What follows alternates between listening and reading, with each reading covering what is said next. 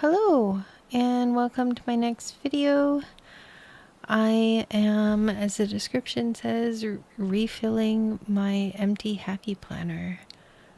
In the beginning here, you'll see I've got those like tabs and they're not lined up properly. And I also am kind of weary on using them anyway because they're so thin. I don't really like them very much.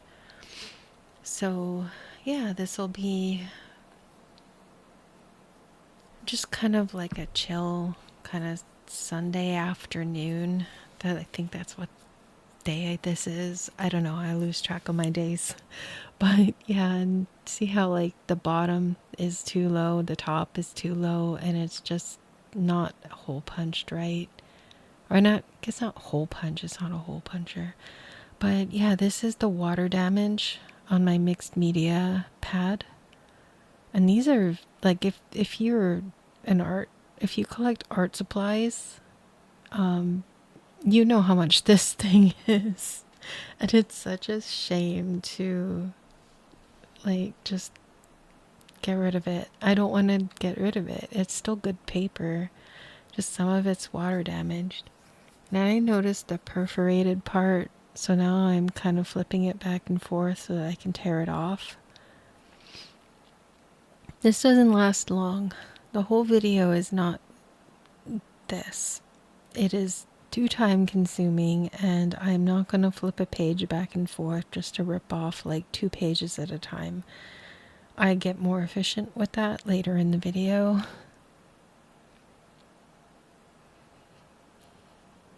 So yeah, I'm just kind of checking the water damage, and there isn't much. You can barely even see it.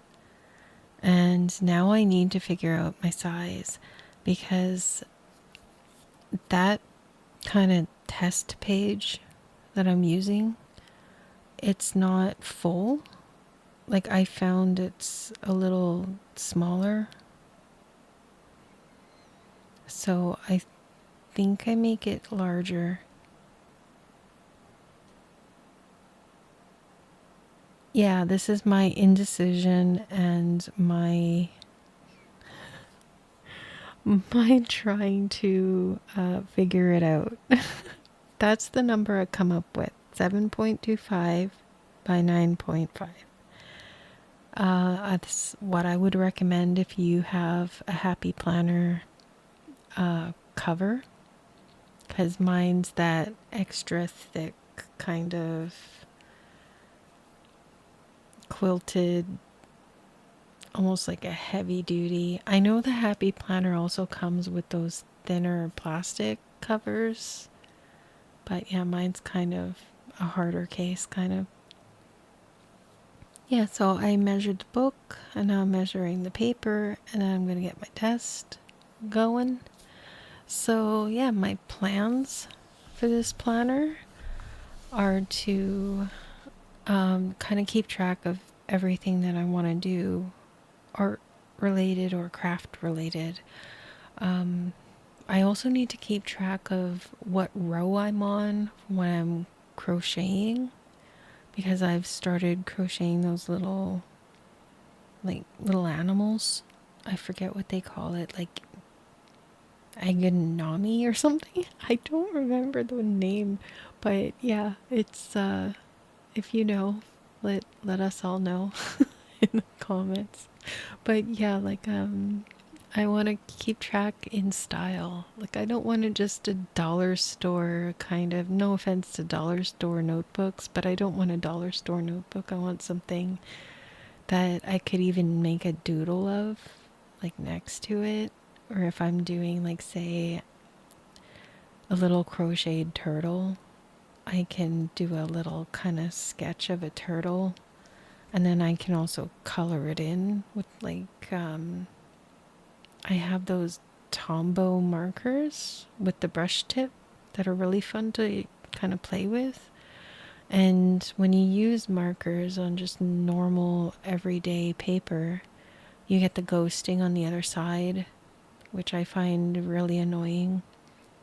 Oh, and this is me running and getting brand new paper trimmer that I haven't even opened yet because the other one was like so non-existent.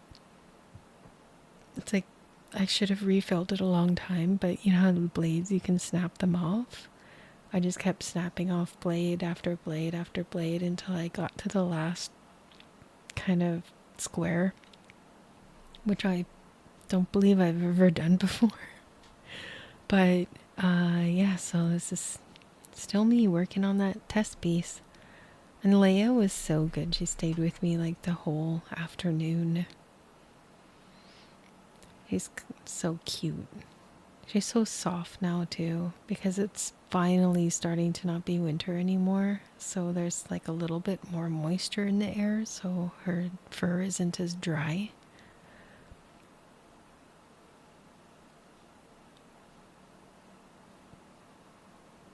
Okay, so I believe I finally finalized my size, my paper size.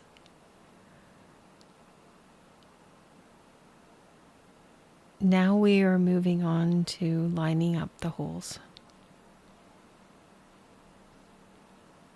There's also a different, like a punch that you can get specifically from Happy Planner. It's like a little metal colored one. I think I got the blue one. So I do have the Happy Planner version. This is the Staples version. It's the ARC, A-R-C.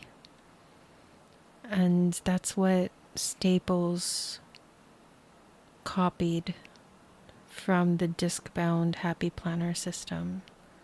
And their version is called ARC. This one can punch more pages at a time. That's why I'm using this one instead of the Happy Planner one. The Happy Planner would probably only be able to do 2 or 3 pages of the mixed media. Whereas this one, I could probably do about 5 if I wanted to. So here we're just testing to see how my first kind of test went. And I don't think it went well.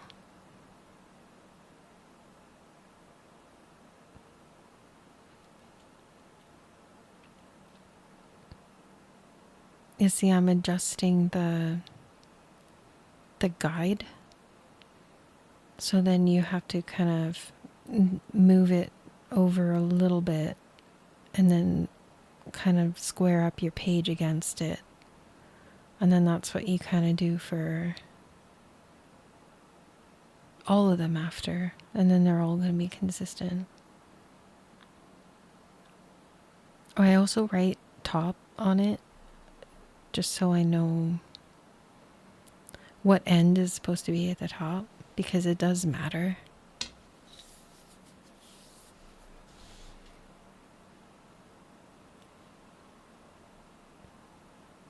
And yeah, it looks like I've perfected it, I believe.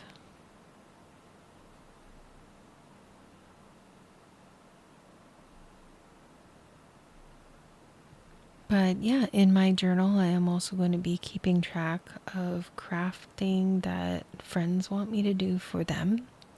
So it'll be like a checklist of sorts.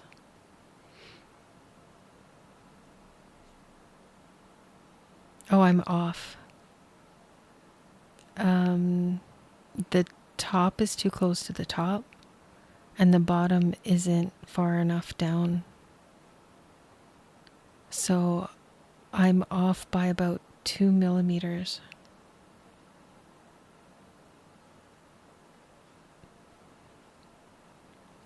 So that means my guide needs adjusting, and I just kind of drew in how far over I need to go in order for the top and the bottom to be centered.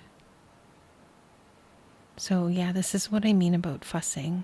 Like when you fuss with your page, you want to do this first so that you don't do the entire stack wrong.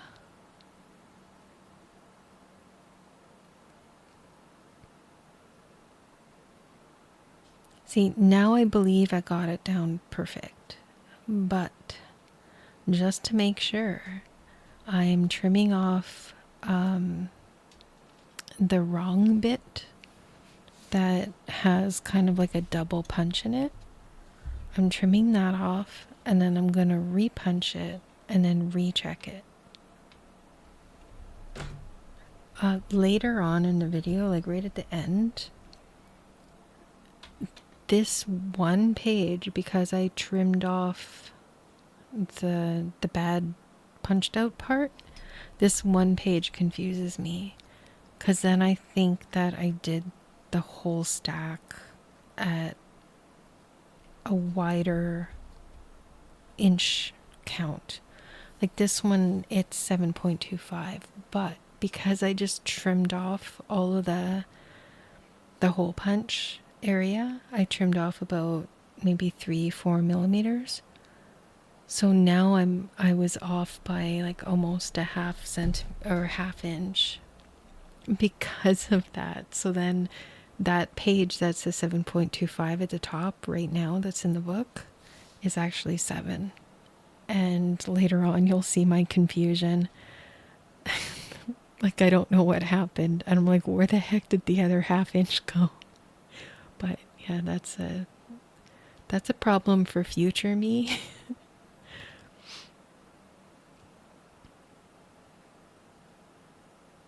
You can tell how many pages I went through that little stack over there of the perforated part that was pulled off.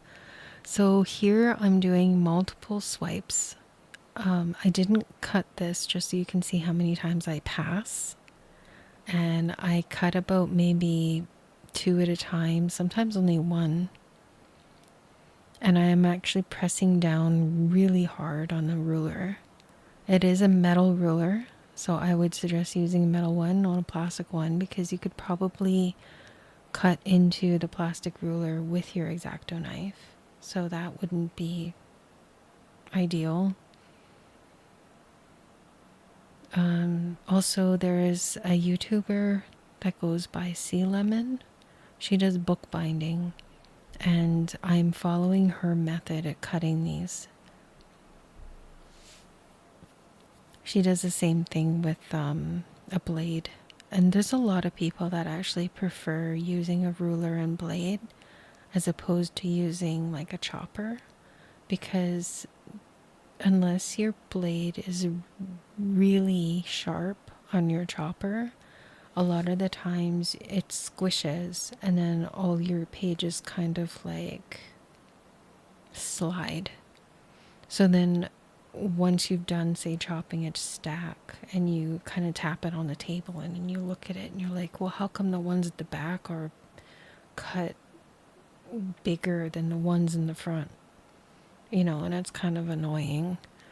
But holding it down with a ruler and chopping through them slower makes the cut more accurate.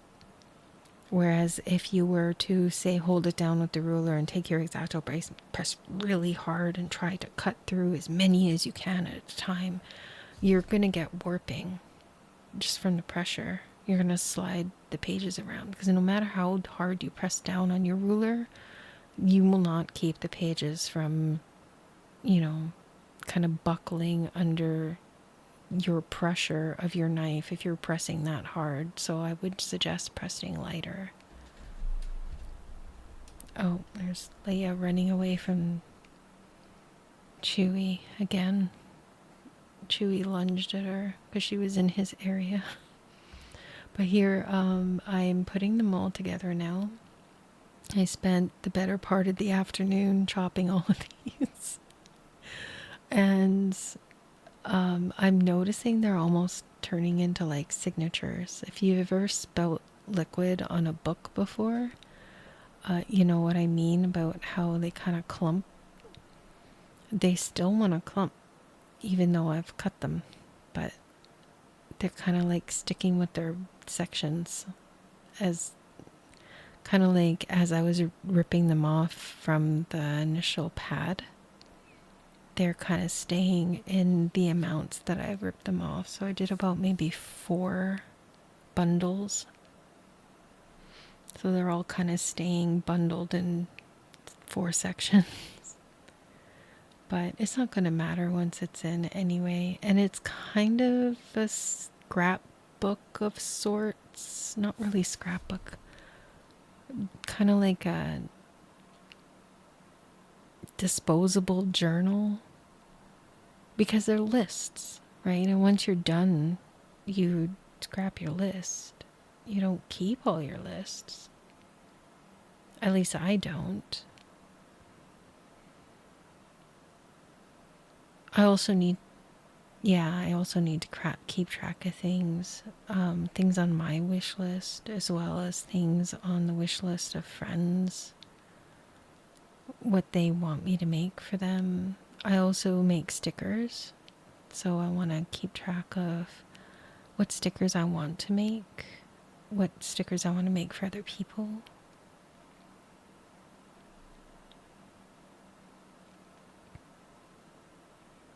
I thought it turned out pretty well, considering.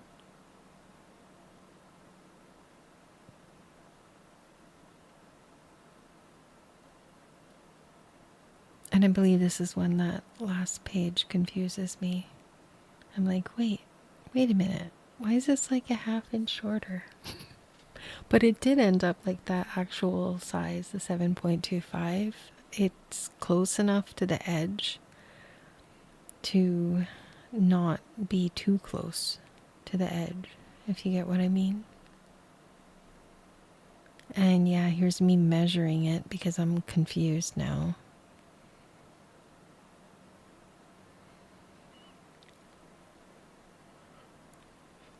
Wondering how that happened. Because my little pea brain already forgot that I trimmed that bit off. But yeah, so this is pretty much it. And I will see you in the next video. And me